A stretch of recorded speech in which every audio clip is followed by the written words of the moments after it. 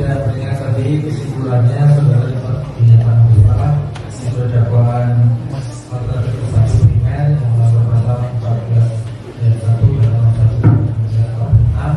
dan berbahasan benar dan saudara berpidana penjara maksimal dan tidak ada ringankan dan untuk saudara dituntut dengan hukuman selama 10 tahun.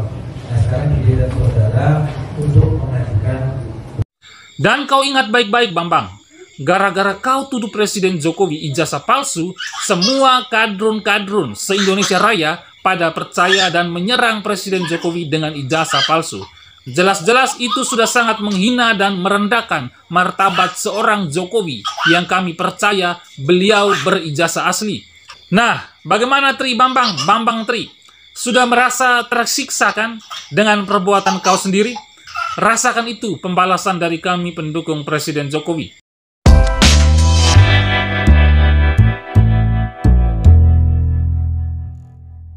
Akhirnya persidangan Bambang Tri yang prosesnya begitu panjang itu telah sampailah pada tahap tuntutan jaksa penuntut umum.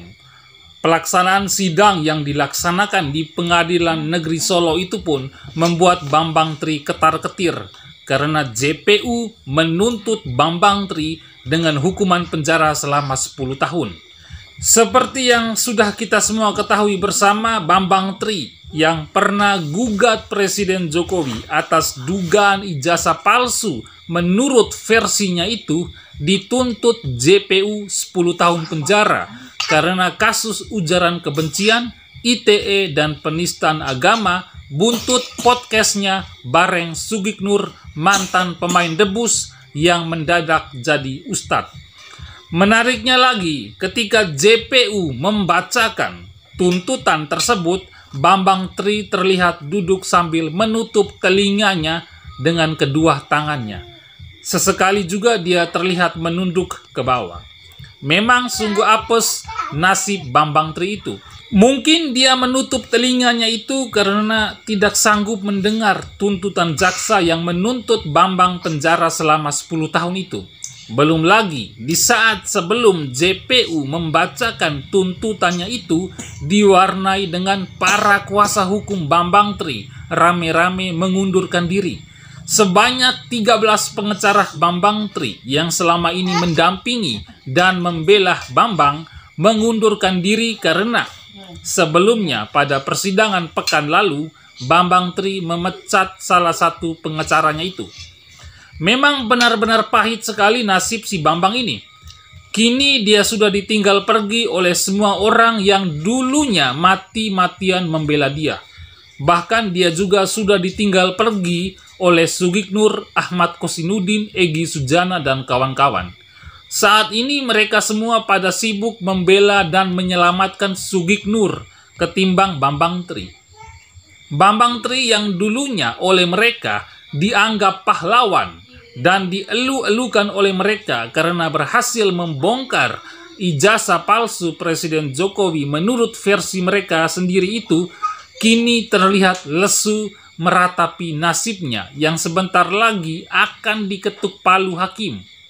Saran saya untuk majelis hakim yang mulia, orang seperti Bambang itu memang layak divonis penjara 10 tahun sesuai tuntutan JPU. Hukuman 10 tahun penjara itu menurut saya layak diterima oleh Bambang Kampret karena orang ini memang tidak ada kapok-kapoknya. Dulu dia pernah ditangkap polisi karena telah menyebar fitnah ijazah palsu kepada Presiden Jokowi melalui buku hasil mengarang bebasnya yang berjudul Jokowi Undercover, yang kemudian membuat dia harus mendekam di penjara selama 3 tahun. Dan setelah keluar dari penjara, Bambang Tri kembali berulah lagi, kembali bandel lagi dengan menulis dan menerbitkan lagi buku Jokowi Undercover dan melayangkan gugatan dugaan ijazah palsu Presiden Jokowi. Tercatat, para tergugatnya adalah Presiden Jokowi sebagai tergugat 1, Komisi Pemilihan Umum atau KPU sebagai tergugat 2, kemudian ada Majelis Permusyawaratan Rakyat atau MPR sebagai tergugat 3, dan Kementerian Pendidikan sebagai tergugat 4. Dan sampai detik ini, saya tidak percaya dengan yang namanya Bambang Tri yang telah menuduh Presiden Jokowi berijazah palsu, karena keaslian ijazah Presiden Jokowi itu memang benar nyata adanya, serta banyak buktinya kalau ijazah Presiden Jokowi adalah asli, bukan palsu, apalagi sampai tidak tamat SD alias DO kelas 5 SD seperti Sugiknur Keparat itu. Baik Bambang maupun Sugiknur adalah sama-sama residivis yang lagi meratapi nasib mereka, yang sebentar lagi akan resmi jadi narapidana yang tinggalnya di lapas alias lembaga pemasyarakatan. Bambang Tri, sial sekali nasib Anda. Sudah jatuh tertimpa tangga pula.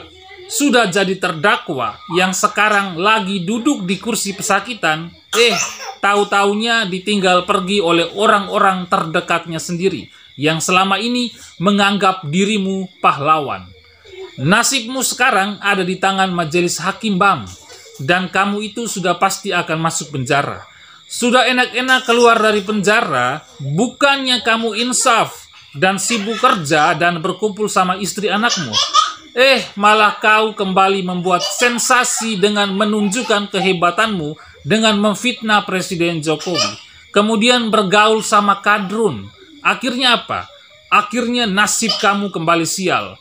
Gagal maning. Bambang Tri, kau itu memang orang bodoh yang kurang kerjaan. Kau pingin terkenal, tapi caramu menjadi terkenal sangatlah menjijikkan dan menyiksa diri kau sendiri. Makanya Bambang, jangan bergaul dan bergabung sama kadrun. Nanti kau malah terpapar virus kadrun dan pekok kayak Sugiknur dan kawan-kawannya. Dan kau ingat baik-baik Bambang, gara-gara kau tuduh Presiden Jokowi ijazah palsu, semua kadrun-kadrun se-Indonesia Raya pada percaya dan menyerang Presiden Jokowi dengan ijazah palsu. Jelas-jelas itu sudah sangat menghina dan merendahkan martabat seorang Jokowi yang kami percaya beliau berijazah asli. Nah, sebagai tindakan tegas atas perbuatan kejimu itu, kami sangat menaruh harapan kepada majelis hakim yang mulia agar memvonis kau dengan penjara selama 10 tahun. Nah, bagaimana Bambang Tri? Sudah merasa tersiksa kan dengan perbuatan kau sendiri? Rasakan itu pembalasan dari kami pendukung Presiden Jokowi. Karena kau telah menghina Presiden kami yang sangat kami cintai. Lalu bagaimana menurut pendapat pemirsa Kanal Timur? Silakan tulis pendapat kalian di kolom komentar dan sampai jumpa di episode Kanal Timur berikutnya. Terima kasih.